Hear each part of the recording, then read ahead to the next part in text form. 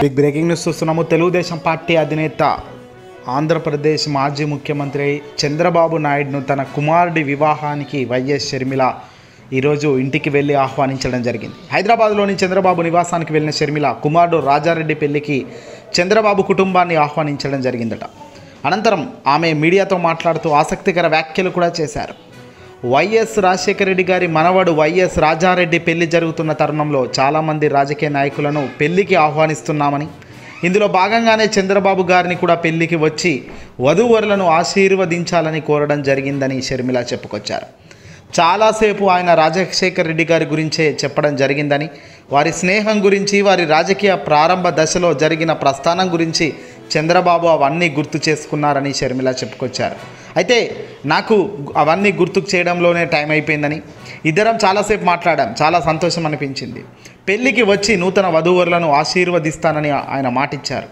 మా మధ్య చర్చల్లో ఎక్కువగా రాజశేఖర రెడ్డి గారి గురించే ప్రస్తావన జరిగిందని, ఇద్దరి ప్రయాణం జీపుల్లో కలిసి తిరగడం, పొద్దున్నుంచి రాత్రి వరకు కలిసి ఉండటం, ఇద్దరు ఢిల్లీకి కలిసి వెళ్ళడం, నీకు ముఖ్యమంత్రి కోసం ఇద్దరు చేసిన ప్రయత్నాలు, సీఎం పదవి కోసం ఇద్దరు చేసిన ప్రయత్నాలు, ఇలాంటివన్నీ చెప్పుకుంటూ వచ్చారు చంద్రబాబు గారు. ఇక నారా లోకేష్ నా గురించి చేసిన ట్వీట్ను రాజకీయంగా చూడకండి అంటూ షర్మిల మాట్లాడారు. చంద్రబాబు గారికి ఒక క్రిస్మస్ కేక్ మాత్రమే పంపడం జరిగిందని, ఆ కేకు కేవలం చంద్రబాబుకు మాత్రమే పంపలేదు, కేటీఆర్, కవిత, హరీష్ రావు వంటి వారికి కూడా పంపించాం. రాజకీయాలే జీవితం కాదు కదా మాది, రాజకీయం ఒక ప్రొఫెషన్ మాత్రమే. రాజకీయ ప్రత్యర్థులుగా ఒక మాట అనుకోవడం జరుగుతుంది తప్ప కొన్ని సందర్భాల్లో కేక్ పంపిస్తే అందరి మధ్య మంచి అనుబంధం నెలకొంటుంది.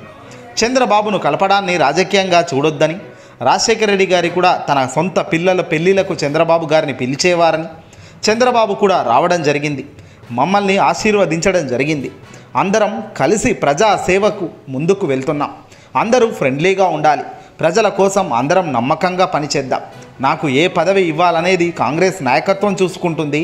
రాహుల్ గాంధీ వాళ్ళ ఇష్టం. రాహుల్ గాంధీ ప్రధాని కావాలన్న రాజశేఖర రెడ్డి గారి ఆకాంక్షను ఆమె గుర్తు చేస్తూ మాట్లాడడం నిజంగా షర్మిల గారి మాటల్లో కానీ ఎటు డైవర్షన్, నిజంగా చాలా గొప్ప డైవర్షన్. ఎందుకంటే గతంలో వైఎస్ రాజశేఖర రెడ్డి గారు ఉన్నప్పుడు చాలా ఇబ్బందులు పెట్టిన వ్యక్తి చంద్రబాబు. ఎల్లో మీడియా అప్పట్లో కూడా రాసే ప్రతి రాతల్లో చంద్రబాబు పైశాచికత్వం.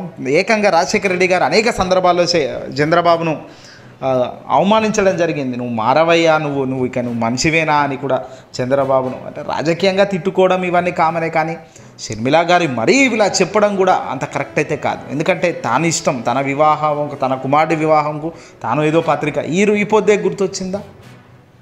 మరి ఇలాంటి మంచి అనుబంధాలు ఉండాలి, మంచి ప్రేమలు ఉండాలి అని మాట్లాడుతున్న షర్మిల గారు హైదరాబాద్లో తాను వైఎస్ఆర్టీపీ పార్టీ పెట్టకముందో పెట్టినప్పుడు బహుశా ఒక మీటింగ్ కండక్ట్ చేశారు. వైఎస్ఆర్ రాజశేఖర రెడ్డి గారిని గుర్తు చేసుకునే సభ అని అందరినీ పిలిచారు. ఆనాడు ఎందుకు చంద్రబాబు గారిని మీరు ఆహ్వానించలేదు? ఎందుకు ఈరోజు చేసినట్టుగా జగన్ అధికారంలోకి వచ్చిన నాటి నుంచే, మొదటి రోజు నుంచే ఎందుకు మీరు ఈ కార్యక్రమాలు చేయలే? కేకులు పంపించడు, చాక్లెట్లు పంపించడు, ఇవన్నీ కూడా రాజకీయ ఎత్తడుగులకు ఒక అవకాశం మాదిరిగా చేస్తున్న అడుగులే తప్ప గొప్పలు చెప్పుకోవడానికి మాత్రం మాటలకు మాత్రం పనికిరావనేది క్లియర్గా తెలిసింది. ప్రజలేం డాష్ నా కొడుకులు కాదు కదా, ప్రజలేం ఎడ్డి వాళ్ళు కాదు కదా, అన్నీ గమనిస్తూనే ఉంటారు.